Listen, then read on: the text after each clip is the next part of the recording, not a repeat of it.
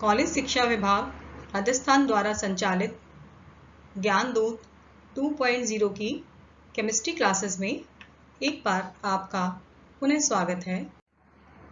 और आज के इस वीडियो लेक्चर में हम सिंथेटिक डाइज का थर्ड पार्ट कवर करेंगे, जिसके अंदर हम विभिन्न प्रकार की डाइज का संश्लेषण और उनकी केमिस्ट्री को समझेंगे।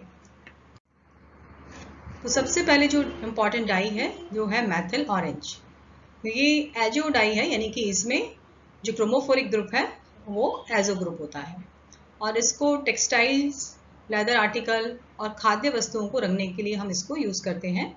और इसमें जो ग्रुप होता है वो होता है सल्फोनिक ग्रुप, जो कि कम्प्लीटली आयनाइज हो जाता है, जो उसको एनायनिक करेक्टर प्रदान करता है। इसका सिंथेसिस हम एजो कपलिंग के द्वारा ही करेंगे। और ये जो डाई है ये हाईली केमिकली और फोटोलिटिक स्टेबिलिटी प्रदान करती है। और मैथिल ऑरेंज को हम as a acid base indicator के रूप में यूज़ करते हैं। इसके सिंथेसिस सबसे पहले हमें सल्फोनिक एसिड लेना है और इसका सोडियम लवण बनाएंगे, सोडियम कार्बोनेट के साथ, कि जलीय विलयन के साथ। तो ये सल्फोनिक एसिड का सोडियम लवण, अब इसको एजो ग्रुप में बदलेंगे तो डाई एजोटाइजेशन आप कराएंगे, तो अमीन बदल गया डाई एजो में। और अब इसकी हम अभिक्रिया करा देंगे डाई एल्किल डाई मैथिल अमीन से। तो डाई एथिल अमीन से जब आप अभिक्रिया कराएंगे तो ये पैरा का H और इस तरह से ये अमीन ग्रुप जुड़ जाएगा। और ये जो डाई है इसमें कोई क्विनोइड स्ट्रक्चर नहीं है, ये नॉन आयनाइज्ड है, किंतु एल्कलाइन सोल्यूशन विलयन में ये येलो कलर क्या रहता है, येलो कलर का सोल्यूशन रहता है, जो कि क्योंकि बेंजोनॉइड स्ट्रक्चर रहती है। किंतु जब हम इसको एसिडिक मीडियम में यूज़ करते हैं मैथिल ऑरेंज को, तो हमें एक डिस्टिंक्ट रेड कलर मिलता है ड्यू टू क्विनोइड स्ट्रक्चर। ये देखिए इस प्रकार से अम्लीय माध्यम में इस तरह से प्रोटोनेशन हो जाता है नाइट्रोजन का। और ये जो पाई इलेक्ट्रॉन है, देखिए ये यहाँ शिफ्ट हो जाएंगे और ये पाई इलेक्ट्रॉन यहाँ, ये पाई इलेक्ट्रॉन इधर और ये पाई इलेक्ट्रॉन नाइट्रोजन के ऊपर। तो इस तरह से क्या हो जाएगा, देखिए ये यहाँ डबल बॉन्ड आ गया, ये आ गई, यहाँ पे पाई बॉन्ड आए तो ये क्विनोइड स्ट्रक्चर आ गई और ये पाई यहाँ आ गए और ये जो पाई इलेक्ट्रॉन थे नाइट्रोजन पे गए तो नाइट्रोजन का धन आवेश खत्म हो गया। तो इस तरह से ये जो स्ट्रक्चर है ये क्विनोइड स्ट्रक्चर है और आयनिक स्ट्रक्चर है। इसकी वजह से इसका कलर कैसा होता है, रेड। नेक्स्ट इंपॉर्टेंट डाई है कॉन्गो रेड। ये रेड कलर की डाई है और एजो डाई है और इसको हम डायरेक्टली सबस्ट्रेट पर अप्लाई कर सकते हैं। हमने जो क्लासिफिकेशन पढ़ा था डाइज का, यानी कि ये डायरेक्ट डाई है। इसके अलावा ये सूती कपड़े को रंगने के लिए यूज़ की जाती है, क्योंकि इसकी जो एफिनिटी है कॉटन फैब्रिक के प्रति वो बहुत ज़्यादा होती है। इसके अलावा हम इसको टिश्यूज़ में स्टेन के लिए भी यूज़ करते हैं, यानी कि हिस्टोलॉजी में भी इसका यूज़ किया जाता है। क्षारीय माध्यम में इसका ये रेड कलर शो करता है और अगर उसकी एसिडिटी और बढ़ा देते हैं मीडियम की तो कलर ब्लू हो जाता है, बिकॉज ऑफ रेजोनेंस स्टेबलाइजेशन। कुछ कंट्रीज में इसको बैन भी किया गया है because of its carcinogenic nature. इसका सिंथेसिस हम कैसे करते हैं, हम लेते हैं 4 अमीनो, 4 पे अमीनो ग्रुप लगा है और ये है नेफ्थलीन और सल्फोनिक एसिड। तो इसके 2 मोल लेते हैं और टेट्रा एजो, देखिए दोनों तरफ एजो ग्रुप है, टेट्रा एजो बेंजिडीन इसको लेते हैं। तो अब हम इसका डाई एजोटाइजेशन करा रहे हैं। तो इसके 2 मोल लिए हैं, तो इस तरह से यहाँ से ऑर्थो से, ये देखिए यहाँ से ये लिंक करना है आपको, ये इस ऑर्थो को और यहाँ पर इस तरह से आप लिंक कर देंगे तो देखिए ये इस तरह से यहाँ 1 मोल पर इधर जुड़ जाएगा एजो ग्रुप और दूसरे मोल पर जो एजो है इसके दूसरे साइड में दूसरा मॉलिक्यूल सल्फोनिक एसिड का जुड़ जाएगा। नेक्स्ट है इंडिगो रेड डाई। ये जैसे कि हम पढ़ चुके हैं क्लासिफिकेशन में भी और फर्स्ट वॉल्यूम में भी, कि ये हमें इंडिगो फेरा नामक प्लांट की पत्तियों से प्राप्त होती है और इसका डार्क ब्लू मतलब कलर का ये पाउडर होता है जो कि मेल्ट होता है 390 से 392 डिग्री सेंटीग्रेड पर, और ये स्पेक्ट्रम के ऑरेंज कलर को एब्जॉर्ब करती है 613 नैनोमीटर पर। जो वाइट लाइट है स्पेक्ट्रम की, उसमें ये 613 नैनोमीटर यानी कि जो कि ऑरेंज क्षेत्र होता है उसको एब्जॉर्ब करती है, और उसका कॉम्प्लीमेंट्री कलर होता है ब्लू, इसलिए हमें ये ब्लू दिखाई देती है। और हमने फर्स्ट वीडियो लेक्चर में पढ़ा था कि ये बहुत नेचुरल डाई है और इसको सालों से जो है ह्यूमन बीइंग यूज़ करते आए हैं, और आजकल इसको लैब में भी सिंथेसाइज किया जाता है क्योंकि नेचुरल डाई बहुत कॉस्टली होती है, उसका एक्सट्रैक्शन भी बहुत डिफ़िकल्ट होता है। और ये जो डाई है ये डेनिम यानी कि ब्लू जीन्स को डाई करने में यूज़ की जाती है। इंडिगो जो डाई है वो वेट डाई है। वेट डाई मतलब जो पानी में इंसॉल्युबल होती हैं, तो इनकी कोई एफिनिटी नहीं होती फाइबर के प्रति। तो हमने क्लासिफिकेशन में पढ़ा था कि इनको रिडक्शन किया जाता है, इनका रिडक्शन से इनको कन्वर्ट करते हैं ल्यूकोफॉर्म में जो कि कलरलेस होती है। उसको हम वाइट इंडिगो भी बोलेंगे क्योंकि वो कलरलेस होती है, किंतु वो सॉल्युबल हो जाती है, और सॉल्युबल होने की वजह से वो फाइबर पर उसकी एफिनिटी हो जाती है, यानी कि उसकी केमिकल बॉन्डिंग हो जाती है। और रिड्यूस करने के बाद अब हम वापस से उसको ऑक्सीकरण करके हम वापस से उसको कलर्ड डाई में चेंज करते हैं।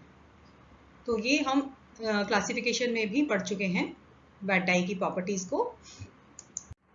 इसको हम कैसे बनाते हैं, ये जो है इंडॉक्सिल जो ग्लूकोसाइड है जो कि हमें मिलता है प्लांट से, ये है, और इसका हम हाइड्रोलिसिस करते हैं या तो अम्लीय माध्यम में HCl की उपस्थिति में या एंजाइमेटिक एंजाइम की उपस्थिति में। तो इससे बन जाता है ये इंडिगोसिल,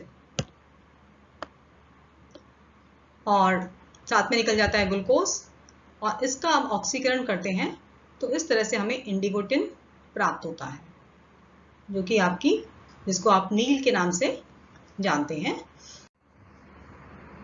लैब में हम इसको कैसे सिंथेसाइज करते हैं, एंथ्रेलिक एसिड लेंगे और क्लोरोएसिटिक एसिड, तो इनकी अभिक्रिया से ये अमीन और यहाँ पर ये क्लोरोएसिटिक एसिड, तो इनकी अभिक्रिया होगी और इस तरह से ये रिएक्शन हो जाएगी। इसके बाद हम इसका सोडा अमाइड के साथ क्षारीय माध्यम में अभिक्रिया कराएंगे, तो इस तरह से वाटर मॉलिक्यूल बाहर निकल जाएगा, यहाँ से ये OH और यहाँ से एक H, तो इस तरह से ये रिंग बन जाएगी। इस तरह से ये रिंग बन गई है, वाटर मॉलिक्यूल निकला, और अब इसको हीट करेंगे तो ये कार्बन डाइऑक्साइड बाहर निकल जाएगी और इस तरह से ये मिल जाएगा हमें इंडिगोसिल। ये इंडिगोसिल मिल गया, जिसका ऑक्सीकरण करने पर हमें इंडिगोटिन यानी कि इंडिगो डाई प्राप्त हो जाएगी। तो इस तरह से हम इसको लैब में सिंथेसाइज कर सकते हैं। नेक्स्ट है मैलेकाइट ग्रीन, इसको चाइना ग्रीन के नाम से भी जाना जाता है, और इसको हम लेदर, सिल्क और पेपर आदि को डाई करने के यूज़ में इसको लेते हैं। सबसे पहले इसे फिशर ने 1977 में बनाया था बेंजल्डिहाइड और डाईमेथिल एनिलीन के द्वारा, और कुछ जगह इसको बैन किया हुआ है because of its carcinogenic properties, और फिशिंग फार्मिंग में भी इसको यूज़ किया जाता है। अब हम इसे कैसे बनाएंगे, बेंजल्डिहाइड का हम 1 मोल लेंगे और डाई अल्किल अमीन के 2 मोल लेंगे। तो इस तरह से पैरा, देखिए ये जो पैरा पे हाइड्रोजन है, एक जो अमीन है उसका हाइड्रोजन और दूसरे अमीन का दूसरा हाइड्रोजन, इस तरह से दोनों को मिला के हम क्या निकाल देंगे, वाटर। तो ये देखिए 2 मॉलिक्यूल इस तरह से अमीन्स के जुड़ गए, और ये क्या है, ल्यूकोबेस है, कलरलेस है, ये कलरलेस है बिल्कुल। अब इसका हम लेड ऑक्साइड की उपस्थिति में ऑक्सीकरण करते हैं, तो ऑक्सीकरण करने पर जो डाई है वो कैसे हो जाएगी, कलर्ड हो जाएगी, और फिर इसका हम अम्लीकृत करते हैं, तो इस तरह से ये देखिए क्विनोइड फॉर्म में चेंज हो गई, विच इज मैलेकाइट ग्रीन। तो इस तरह से ये हमें मैलेकाइट ग्रीन डाई प्राप्त होती है। नेक्स्ट डाई है क्रिस्टल वॉयलेट, ये भूरे ब्राउन कलर की मेटेलिक शाइन वाला ठोस डाई है, और पानी में घुलकर ये पर्पल ब्लू सोल्यूशन बनाती है। और इसका जो यूज़ है वो टेक्सटाइल इंडस्ट्री में होता है, पेपर इंडस्ट्री में, ब्लैक इंक के रूप में इसको प्रिंटिंग में यूज़ करते हैं। इसके अलावा इंक जेट प्रिंटर्स में भी इसका यूज़ किया जाता है। और इसको हम कैसे बनाते हैं, मिकलर कीटोन की अभिक्रिया हम डाईमेथिल एनिलीन से कराते हैं फॉस्जीन की प्रेजेंस में। तो इस तरह से ये बन जाती है क्रिस्टल वॉयलेट। यहाँ आप देख रहे हैं क्यूनॉइड स्ट्रक्चर, जिसकी वजह से इसका वॉयलेट कलर होता है। नेक्स्ट है फिनोफ्थलीन डाई। और फिनोफ्थलीन डाई जो हम बनाते हैं वो फिनॉल और थैलिक एनहाइड्राइड के संघनन अभिक्रिया के द्वारा। तो इस तरह से ये वाटर मॉलिक्यूल बाहर निकल जाएगा और आप इस तरह से इसको बनाएंगे।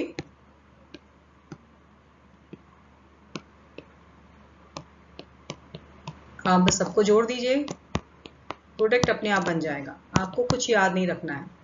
जो फिनॉल है उसका पैरा वाला हाइड्रोजन आपको, और थैलिक एनहाइड्राइड का हमको कौन सा पार्ट निकालना है, ऑक्सीजन वाला पार्ट। तो इस तरह से ये बन जाएगा फिनोफ्थलीन। फिनोफ्थलीन को भी हम एसिड बेस टाइट्रेशन में इंडिकेटर के रूप में यूज़ करते हैं, क्योंकि एसिडिक मीडियम में ये कलरलेस होती है क्योंकि बेंजोइड फॉर्म होती है, किंतु क्षारीय माध्यम में इस तरह से ये क्यूनॉइड स्ट्रक्चर में और आयनिक फॉर्म में चेंज हो जाती है। ये OH ने यहाँ आप देख सकते हैं किस तरह से बनाई है हमने ये स्ट्रक्चर। ये H निकलेगा और ये जो इलेक्ट्रॉन है ये यहाँ आ जाएंगे और ये इलेक्ट्रॉन इधर शिफ्ट करेंगे और ये पाई इलेक्ट्रॉन इधर शिफ्ट करेंगे, जिससे कि ये स्ट्रक्चर आ जाएगी क्यूनॉइड स्ट्रक्चर। और ये OH इस H को निकालेगा तो ये एनायन बन जाएगा और ये यहाँ से बॉन्ड ब्रेक होगा तो ये कार्बोक्सिलेट आयन आपको मिलेगा।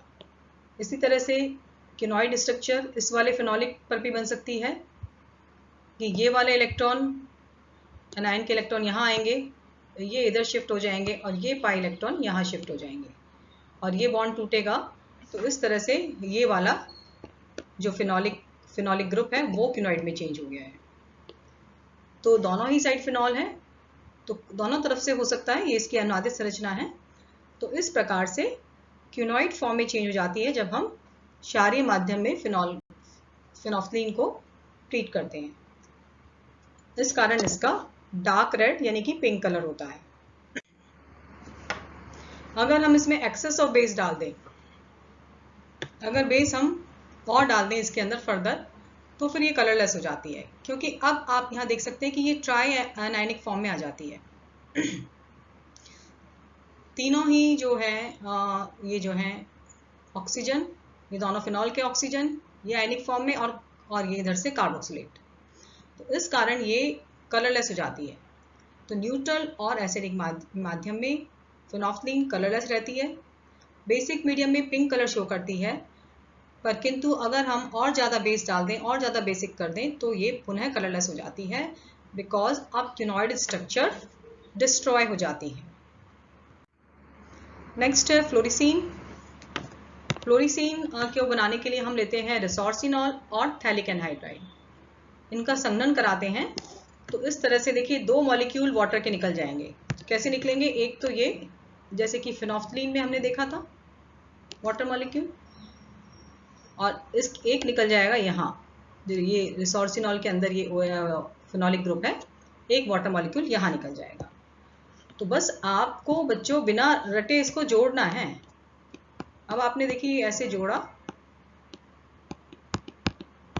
ये यहाँ OH है और ये हो गया ऑक्सीजन क्योंकि वाटर निकला, और ये रिसोर्सिनॉल यानी कि दूसरी बेंजीन रिंग, इसमें यहाँ OH, और अब ये यहाँ आपको क्या जोड़ना है, कार्बन, और अब ये थैलिक एनहाइड्राइड।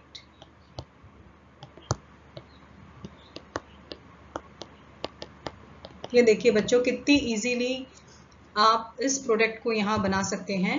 इस तरह से बस आपको समझना है कि जहां से आपने निकाला बस वहीं आपको बॉन्ड बना देना है।